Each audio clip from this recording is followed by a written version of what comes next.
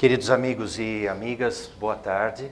É uma alegria poder receber vocês aqui, nesse encontro da Rosa Cruz Áurea, cujo tema central é a tentativa de responder uma pergunta.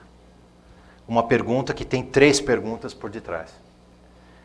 A pergunta, que é o título da palestra, é o que é a Rosa Cruz Áurea? E as 3 perguntas que estão por detrás são as 3 perguntas fundamentais que todo ser humano é confrontado na sua vida, com as quais o ser humano é confrontado na sua vida. Quem sou? De onde venho? E para onde vou? Esse foi o tema, que foi dividido com todos vocês no anúncio que a escola fez. E o que nós pretendemos fazer hoje aqui ninguém tem a pretensão de tentar responder essas perguntas numa tarde, né? O que a gente tem como proposta é dividir com vocês alguns elementos para a reflexão de vocês, para que a consciência de cada um possa avançar, né? Encontrando dentro de si mesma as suas próprias respostas. Tá bem? A estrutura desse nosso encontro tem 3 momentos. O primeiro deles, nós vamos delinear alguns elementos mais fundamentais. O segundo momento, nós vamos fazer conexões desses elementos com o pensamento universal, com o ensinamento universal de todos os tempos e povos. E num terceiro momento, a gente vai abrir para perguntas e respostas. Tá?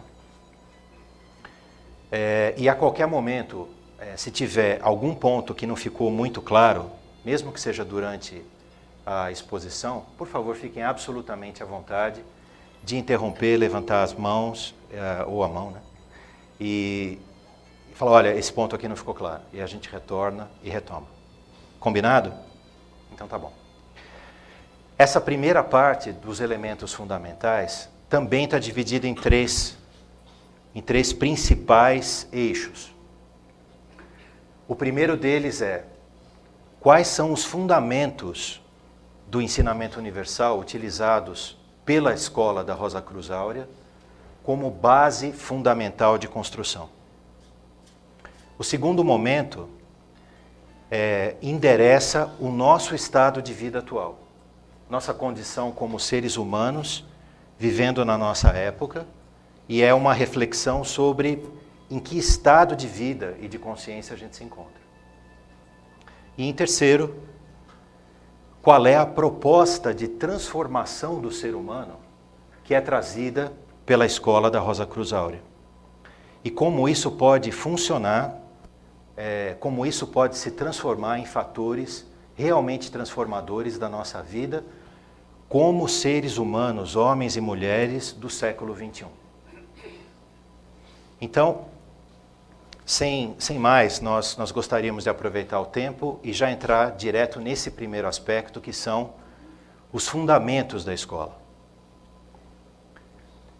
A escola utiliza o ensinamento universal, que é a riqueza da sabedoria da alma e da consciência, que foi semeada pelos grandes de espírito em todos os povos e todas as épocas. A escola não tem um ensinamento próprio. A escola tenta transmitir esse ensinamento fundamental. E esse ensinamento fundamental, esse ensinamento universal, tem 3 aspectos que nós gostaríamos de oferecer para vocês como base dessa nossa conversa nessa tarde.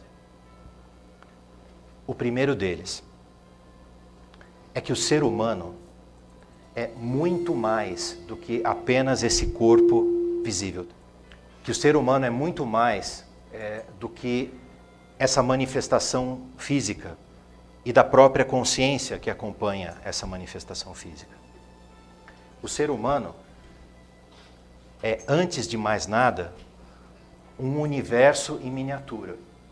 O ser humano é um micro-universo, um microcosmo.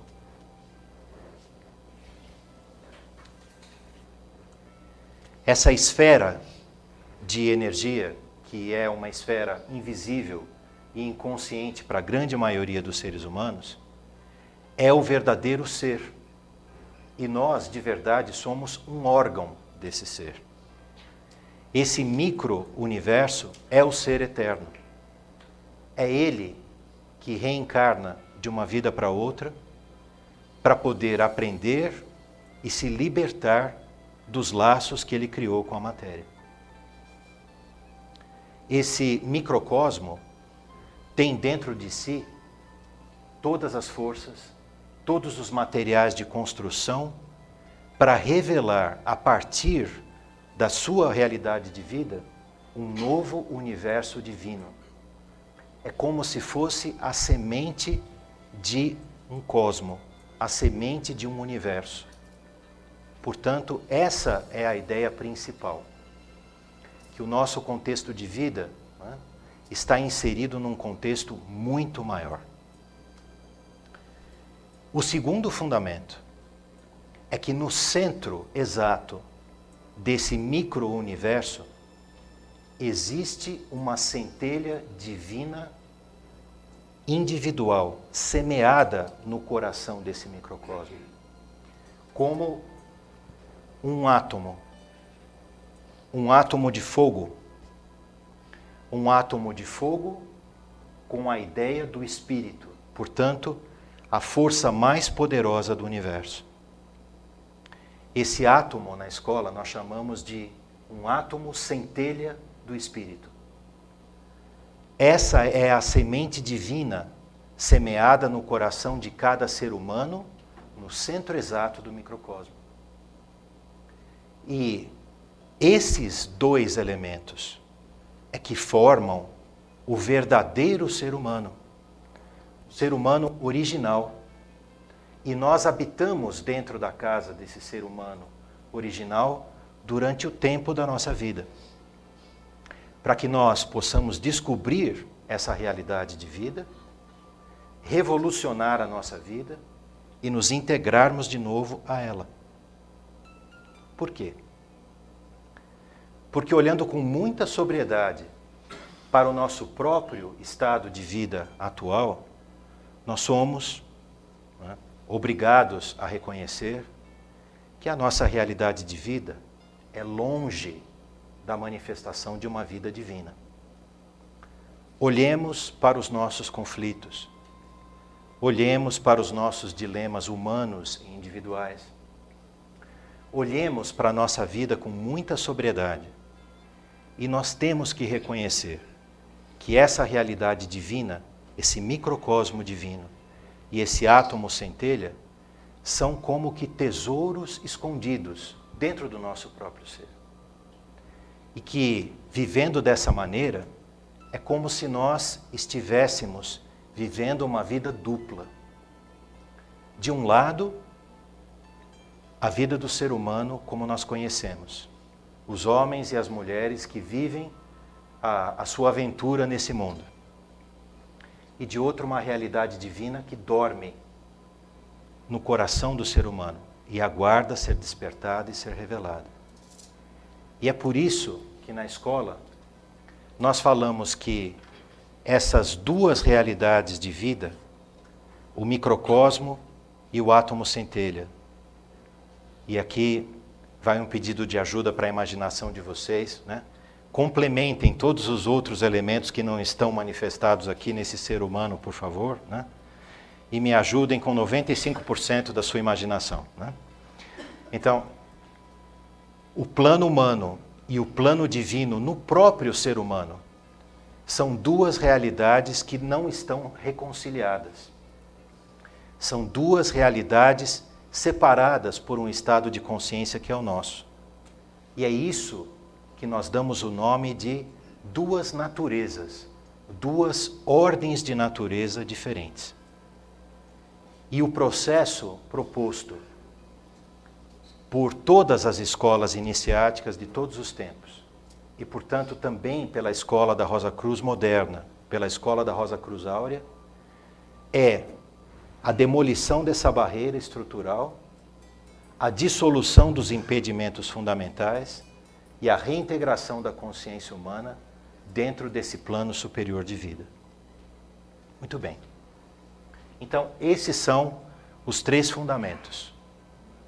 Uma realidade de uma semente de um macrocosmo, de um microcosmo, a semente divina no coração desse microcosmo e a realidade humana que, no nosso estado atual de manifestação, vive de maneira fundamentalmente separada dessa realidade divina. Vamos pegar agora esse ser. Vamos tentar expandir a nossa visão sobre esse ser humano que somos nós, adicionando alguns outros elementos do ensinamento universal que às vezes não são muito difundidos entre todas as pessoas nos dias atuais. Vamos colocar esse ser humano debaixo de um microscópio diferente. Quais são 3 aspectos que a gente precisaria identificar nesse ser humano para ganhar um pouquinho mais de claridade e consciência a respeito dele? O primeiro deles, o que é o eu humano?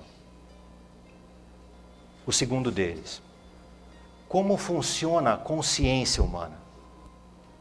E o terceiro deles é, qual é a estrutura física e energética que constitui esse ser humano?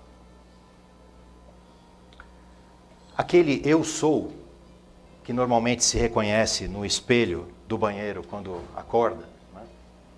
E escovando os dentes ali, ou fazendo a barba, ou penteando o cabelo, olha para o espelho ainda meio dormindo e diz, esse aqui sou eu, né? Esse eu é só um pedaço do eu. É aquilo que a gente chama de eu consciente, ou às vezes até um eu subconsciente, portanto um eu racional e sentimental. Se nós tivéssemos que localizar esse eu, ele seria, né, focado no centro cerebral e no centro emocional. Esse é o eu consciente. O eu que tem a identidade, tem o nome, tem o CPF, tem o RG, endereço, né, e-mail. Esse é a individualidade humana como nós conhecemos hoje. Mas, amigos, esse eu é como se fosse um camarada sentado em cima de um iceberg com um remo, acreditando que toma todas as decisões da sua vida com um reminho ali, né? Mas, na verdade, existem correntes muito poderosas subjacentes a esse pedacinho de gelo que fica para fora da água, que é esse eu consciente, que são instâncias muito mais profundas e muito mais poderosas que formam essa consciência também, mas que são inconscientes para nós mesmos. Quais são essas outras instâncias? Para simplificar um pouquinho a nossa conversa aqui, nós vamos falar de pelo menos mais 2, que é o inconsciente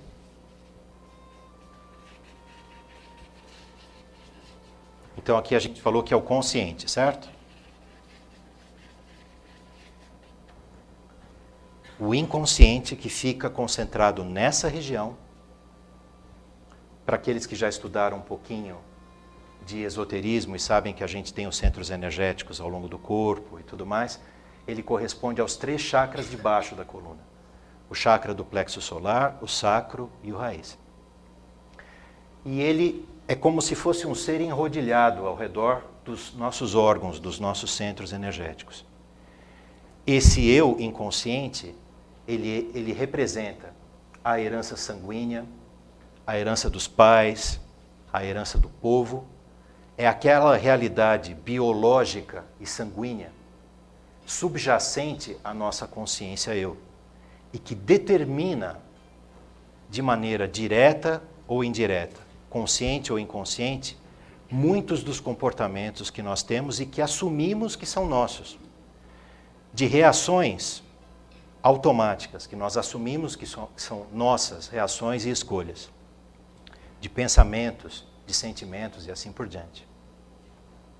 Mas existe uma outra instância. Uma instância que, do ponto de vista de complexidade, de tempo, de variedade de aspectos, é muito superior do que essa, não superior como algo assim transcendente, mas superior no sentido de quantidade de elementos, que é o eu supraconsciente.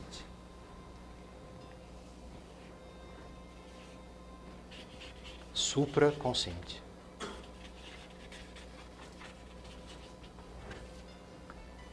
Esse eu supraconsciente é a quantidade de energia, de experiências, de acúmulo de vivências que é transmitido de uma encarnação a outra e se acumula dentro da esfera do microcosmo. Às vezes, esse acúmulo de energia para a consciência humana aparece para ela mesma, na verdade, é o seu próprio eu supraconsciente, como se fosse uma entidade celestial, ou como se fosse uma entidade, entre aspas, né, demoníaca, pela característica, né, do estado de consciência que a pessoa tem quando ela entra em contato com essa outra instância do seu próprio eu. Mas, amigos, de transcendente, de espiritual, de superior, essa realidade não tem nada. Ela é meramente o acúmulo de experiências que são transmitidos de uma encarnação a outra dentro do microcosmo e se acumulam dentro dele. Então, todas essas experiências acumuladas aqui, toda a herança sanguínea e biológica é que determinam, na grande maioria das vezes, todas as reações do eu consciente e subconsciente, portanto, do eu racional e do eu emocional, que nós dizemos que somos nós mesmos. E de tal sorte que, se nós fôssemos olhar a consciência humana e como ela funciona, nós poderíamos dizer que isso aqui é quase como se fosse um quarto fechado, um motor fechado, que se alimenta e retroalimenta de uma maneira perene. Se nós fôssemos quebrar a consciência humana em 5 aspectos, para simplificar, né, nós poderíamos exemplificar como isso funciona, de uma maneira esquemática e bem simples. Pense em 5 fases. A primeira delas, no cérebro se produzem sinapses, que a gente chama de pensamentos. Essas sinapses são descargas elétricas. Essas descargas elétricas, que formam imagens, que formam intenções, que formam reações dentro da nossa consciência, se transmitem dentro do nosso organismo como impulsos elétricos através do sistema nervoso central. O segundo aspecto disso. Em terceiro lugar, esses impulsos se irradiam por todos os nervos e por todos os aspectos do nosso corpo. Então, eles se distribuem por todo o sistema nervoso do organismo humano, como se fosse a resposta elétrica daquela ideia que foi gerada. O organismo reage a isso. O organismo reage a isso produzindo aquilo que nós chamamos de hormônios, produzindo a resposta bioquímica do corpo, como se fosse, materialmente falando, né, um pensamento materializado. E todos esses impulsos que são criados e produzidos pelo nosso próprio organismo, eles caem na corrente sanguínea, o 5º elemento, e o sangue que circula por todo o nosso organismo, circula também pelo coração, circula também pela cabeça e determina o nosso estado de consciência. Vocês perceberam o ciclo fechado? Só repassando rapidinho aqui. O pensamento se traduz em um impulso elétrico, então nós temos o sistema nervoso central, que se espalha por todo o sistema nervoso do organismo, que produz a resposta bioquímica através dos hormônios e de toda a secreção do nosso organismo, que é descarregada no sangue, que circula por todo o organismo de novo, e assim nós vivemos. E é essa consciência, esse estado de consciência, que produz a si mesmo, através de toda a parte mental, toda a sentimental, influenciada pelo passado kármico acumulado dentro do microcosmo e pela herança sanguínea que nós recebemos, a herança biológica, ela se perpetua assim. E por último, esse estado de coisas é que é como se fosse o plano de arquitetura para que a construção dos nossos corpos possa ser realizada. Porque pensem bem, o nosso organismo se renova a uma velocidade incrível, desde que nós nascemos. Mas a nossa identidade permanece a mesma. E o que determina a identidade, no fundo, não é só o desenho do DNA, mas são as ideias centrais que se encontram por detrás desse desenho. E se isso vale para o nosso organismo físico, para o corpo físico do ser humano,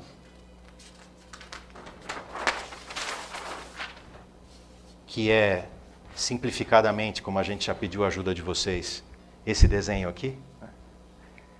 Se isso vale para o físico, isso vale para todos os outros corpos que nós possuímos. Porque o ensinamento universal nos ensina que nós temos 4 corpos, o último deles ainda em desenvolvimento. Tá?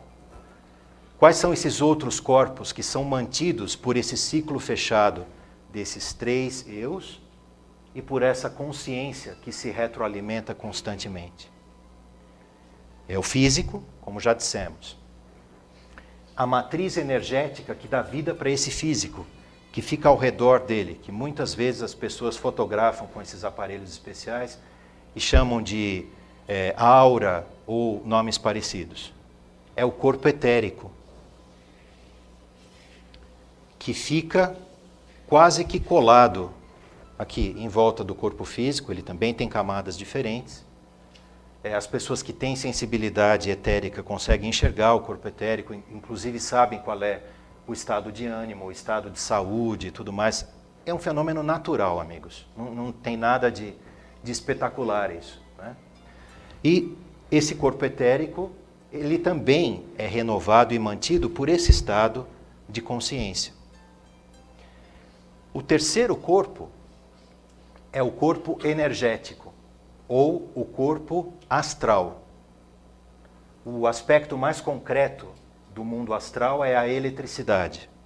Imagina uma eletricidade super sutil, que responde à velocidade dos seus sentimentos e que é influenciado pelos outros e influencia, como uma grande nuvem de energia ao nosso redor. Esse é o corpo astral, que tem diferentes magnitudes dependendo do estado de ser de cada ser humano, mas é como se fosse um ovoide aqui ao redor. E por último, o corpo mental, que é o quarto corpo, que ainda está em desenvolvimento, que só tem desenvolvido os aspectos mais concretos do pensamento. Então, por isso os nossos pensamentos voltados para nós mesmos, para a nossa vida, para a nossa problemática, para os nossos sentimentos, porque o corpo mental ainda é muito infantil. Ele ainda não consegue se manter em áreas mais abstratas do campo mental. E aí você tem como se fosse uma quarta nuvem de energia mais sutil ainda, que é a energia astral. E eles também são alimentados e retroalimentados por esses 3 aspectos do eu: o consciente, o inconsciente e o supraconsciente, e por esse ciclo fechado da consciência. Então para aí, porque se a gente olha para isso, é como se o nosso destino fosse uma equação matemática pré-determinada, né? Onde um pedaço ali é a sua herança sanguínea, o outro pedaço é o karma, o outro pedaço é o ambiente em que você vive, e o produto final é X, né, anos de vida mais tantos meses, né? Muitos, se você tiver sorte. E o produto final disso é a desagregação da consciência e da vida, é a morte. Bom, isso é uma maneira de ver. A outra maneira de ver é que isso é um estado de coisas que não precisa ficar assim.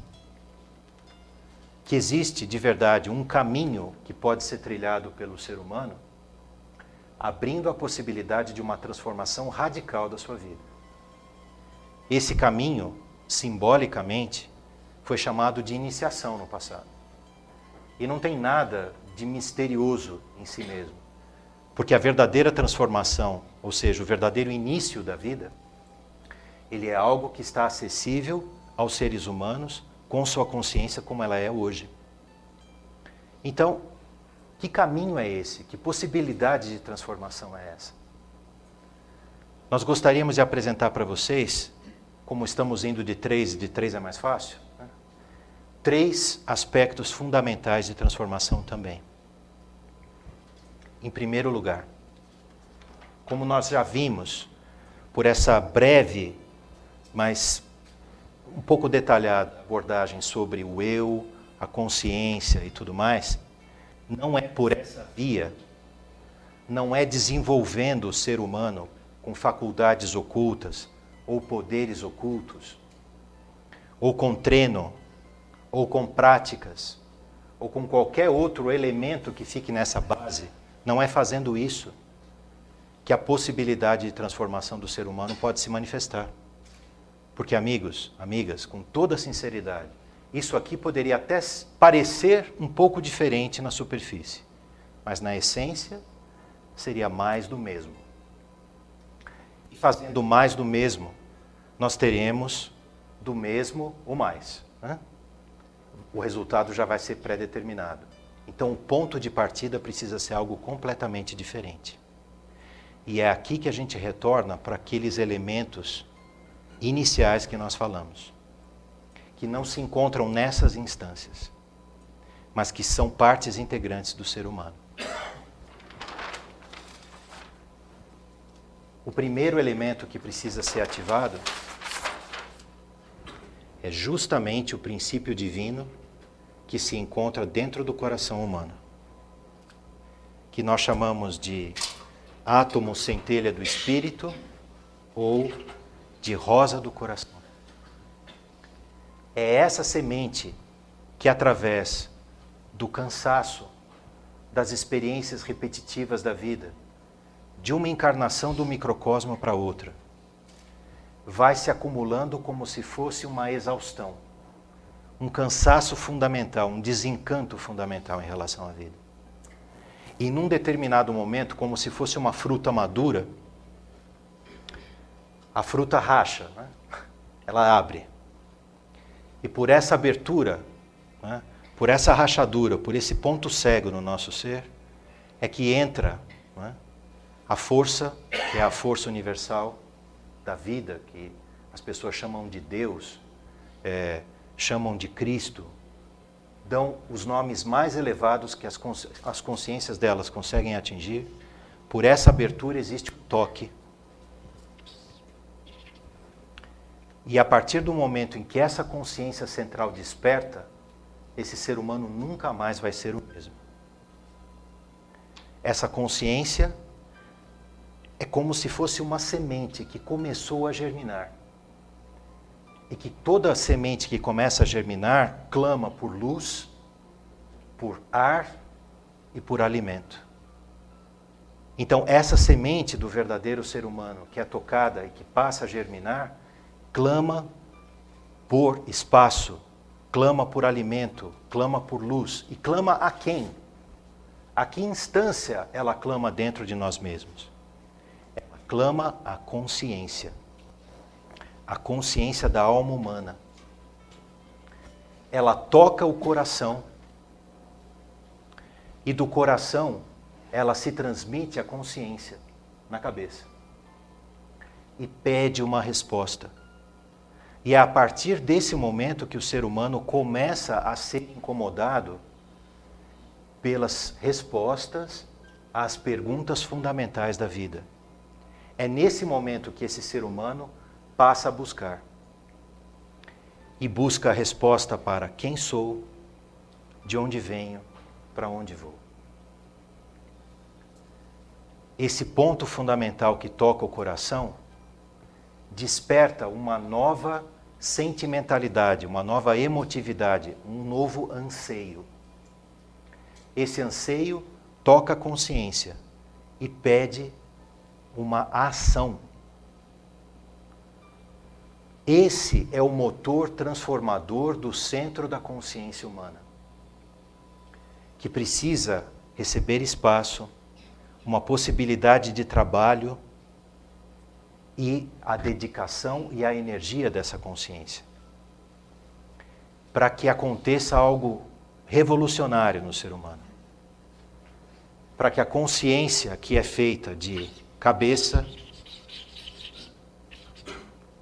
coração e ação, volte a funcionar de maneira integrada, onde o coração orienta a cabeça, onde o coração e a cabeça juntos orientam a ação, e através da ação o ser humano transforma a sua vida.